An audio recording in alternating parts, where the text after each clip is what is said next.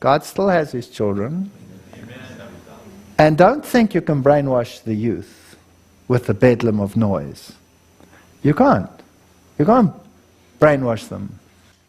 Some destroy the solemn impression they may have made upon the people by raising their voices to a high pitch and hallooing and screaming out the truth.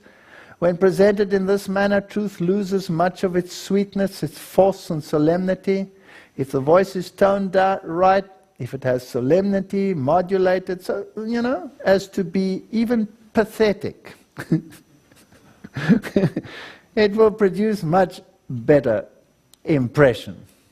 The Holy Spirit never reveals itself in such message, in such a bedlam of noise. This is an invention of Satan to cover up his ingenious methods of making of none effect the pure, sincere, elevating, ennobling, sanctifying truth for this time. A bedlam of noise shocks the senses, perverts that which is, if conducted aright, might be a blessing.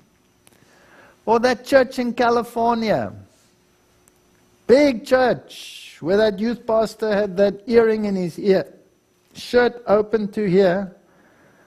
I think he had 4 chest hairs that he just had to show everyone. And this electric guitar around his neck, bashing it away. And I also sat there and I thought, wow, I think you should play a little bit louder. Or what did Elijah was very naughty, do you know that? He was naughty. They didn't actually translate it right in the Bible. They're too ashamed to put it right. They sort of put it euphemistically. Elijah actually says, perhaps you should make more noise because I think your God is on the toilet. He's relieving himself. It says so in some translations, it has it. Perhaps he's relieving himself. Perhaps he's on holiday. Who knows, Perhaps he's asleep. Perhaps just turn up the decibels. So these are the thoughts that go through your head. The powers of satanic agencies blend with the din and the noise and to have a carnival, and this is termed the Holy Spirit's working. And if we have our youth congresses and our youth organizations, then this is what happens. We think that we are heard by our bedlam of noise. I was recently in Europe. There are lots of conferences in Europe, lots of them. And one of them, the union president called me in and had a chat. And he said to me, for the first time, I can understand you for a little bit. And I can understand how you must also feel sometimes. Because we've just been forced by a higher authority than they to take part in the youth festival.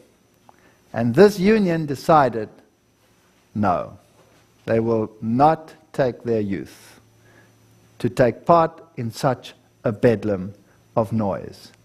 And the pressure on them was absolutely unbelievable. But they stood. Don't write off all union presidents in the Seventh-day Adventist Church. Don't write off all conference presidents and division presidents in the Adventist Church. And even those that appear to the normal eye as totally off the wall, you don't know whether they're Aaron, whether they're Caiaphas, whether they are Manasseh, or whether they are Josiah. You don't know. So just leave the judgmental part to God. No encouragement should be given to this kind of worship. I don't give any encouragement to this kind of worship. But I've said consistently, we stay in this church and we buy ourselves a bucket of glue and we sit down. And now I do that. I did that at that big camp meeting. And how many people came to me? Hundreds. Old people, young people, afterwards, just because of what I did. I did nothing. When they sat down in the manger service to sing this kind of stuff, with arms flying. I don't know whether lots, in Australia I could still understand it. There's lots of flies and you have to go like this in order to wipe them away. But I mean, England, no flies. I mean, why they were going like this, I don't know. So they sing these songs and they go crazy. And me, I sit. I don't get up. I just sit in my pew and I take out my Bible and I start reading. And then they sing a hymn, a normal hymn. Every now and then they do that in the church. Have you noticed that? Syncretism. Then I stand up and I sing like crazy. The next one is a fly eradicating process again. I sit down and I read my Bible. People watch you. They notice that. They come to you and they say, why do you do that? Because I said, I don't think my God is deaf. I don't think that I have to, have gesticulations to get his attention.